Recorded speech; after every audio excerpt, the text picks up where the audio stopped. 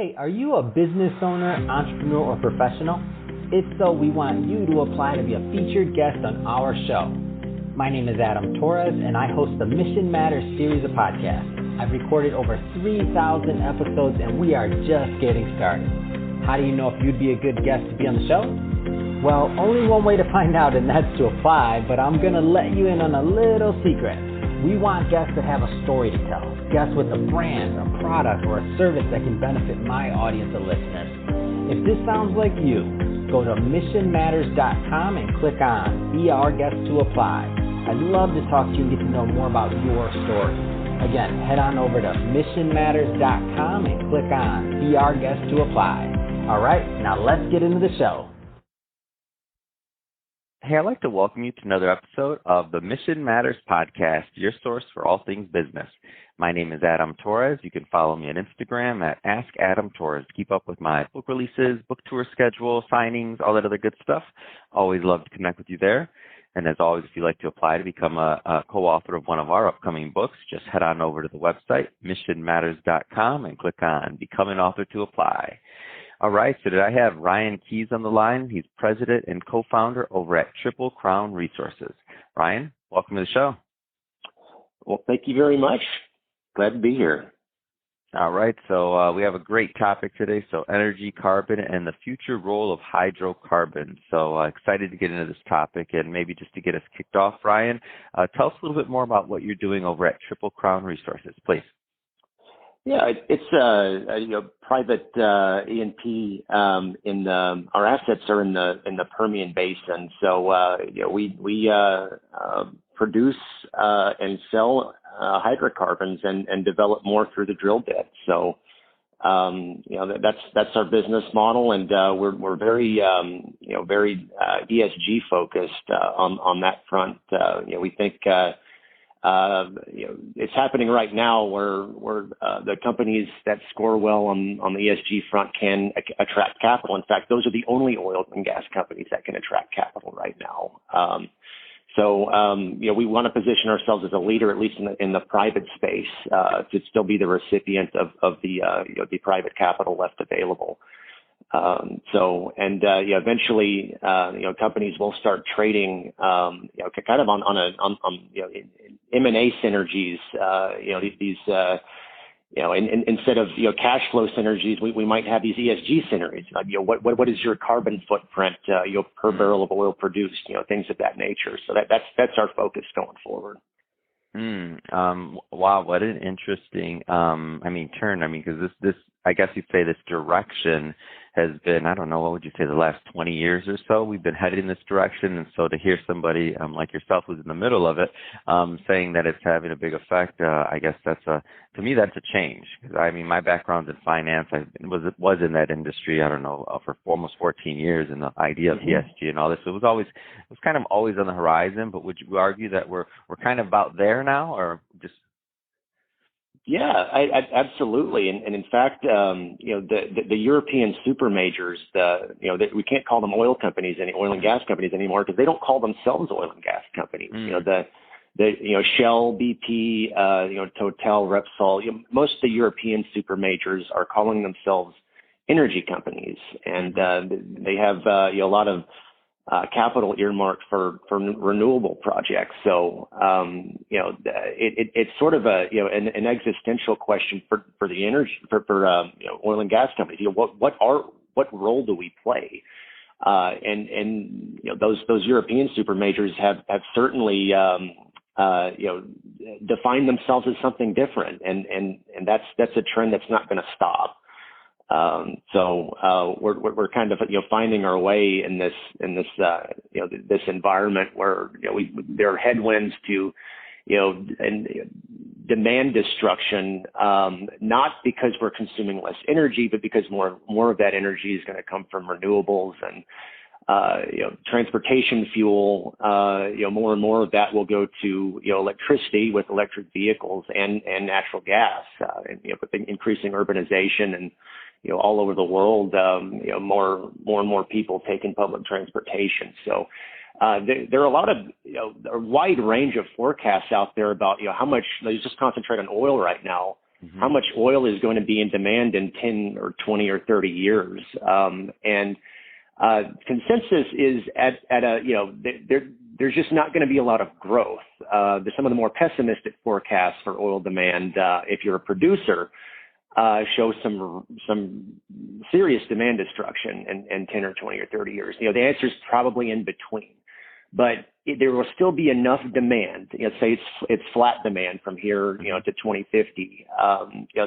There's still going to be capital needed to develop oil and gas assets to keep up with that demand to prevent a price spike and an extreme version of that, an energy crisis. So the space still needs capital.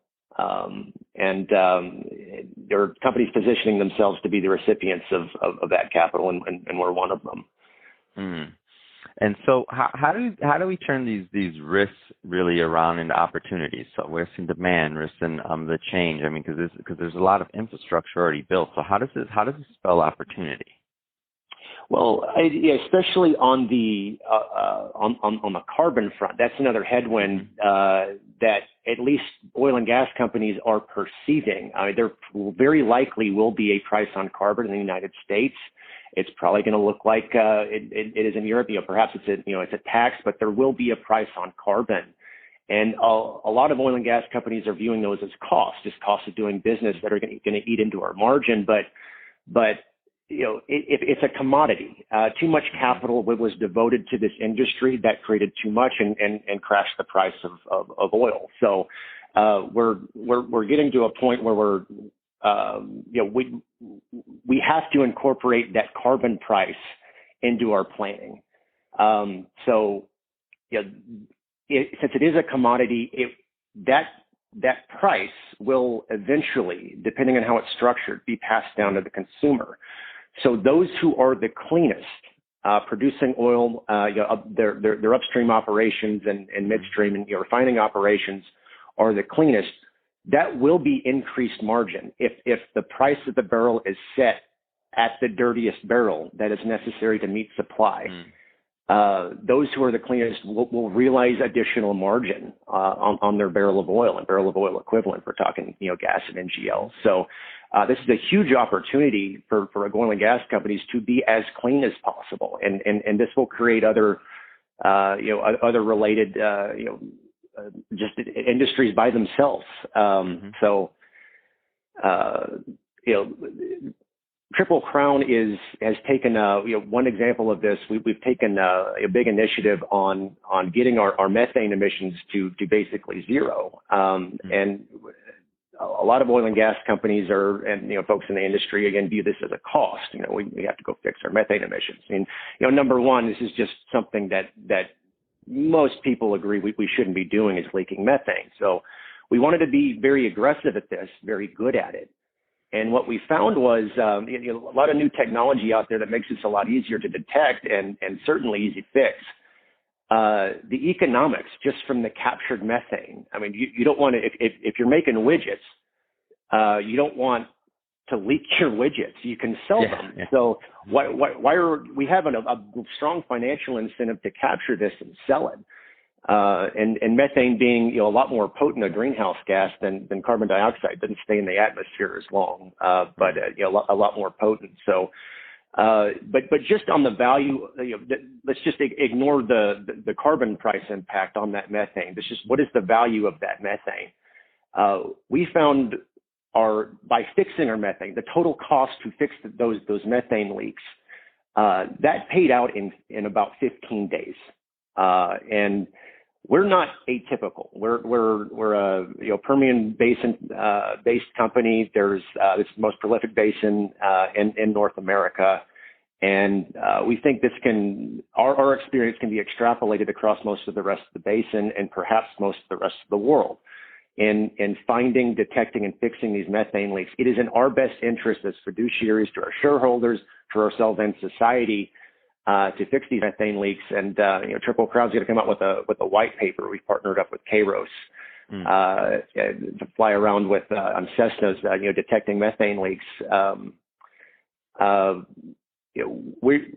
going to quantify the economics of finding and fixing methane leaks and provide that to, the rest of the industry and say, hey, we should all be doing this. This is where oil and gas and the environmental movement and everyone in between can be aligned here.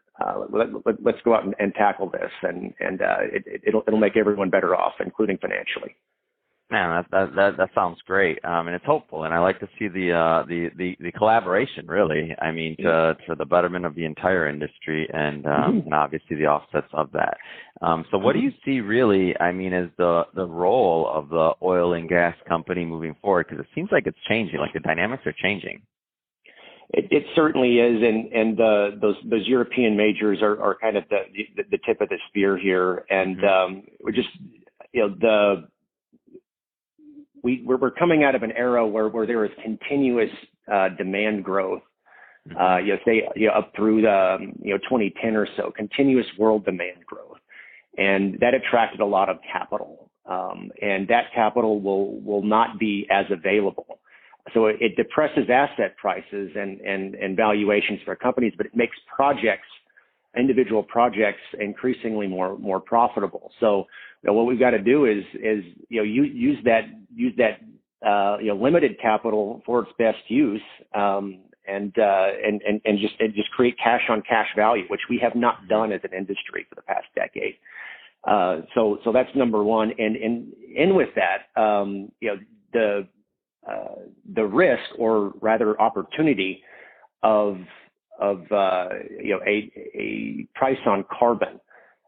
We definitely have to incorporate this into our business models, and this methane detection and leak repair. This is only one of many ideas. If for no other reason, we should be thinking about this as a hedge, oil and gas companies, for the increasing price of carbon, and at least in the States, we will have one. There are a bunch. Maybe this is for the next podcast. Would love to talk about them, but the methane idea is just one of many, and it'll be interesting to see how this all unfolds.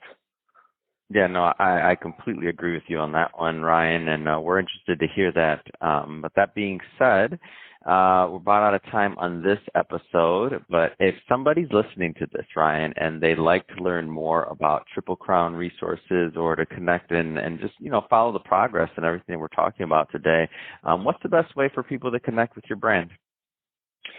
Just go ahead and look me up on LinkedIn. Just Ryan Keys, and you're happy to interact and answer any questions. Fantastic. Well, Ryan, been a pleasure having you on the show today. And to the audience, as always, thank you for tuning in. Hope you got a lot of value out of this. Hope you learned a lot. I know I did. If you did, don't forget, hit that subscribe button. We definitely want you to be a return listener or viewer if you're watching this on our YouTube channel. And Ryan, thanks again for coming on the show. All right. Thank you.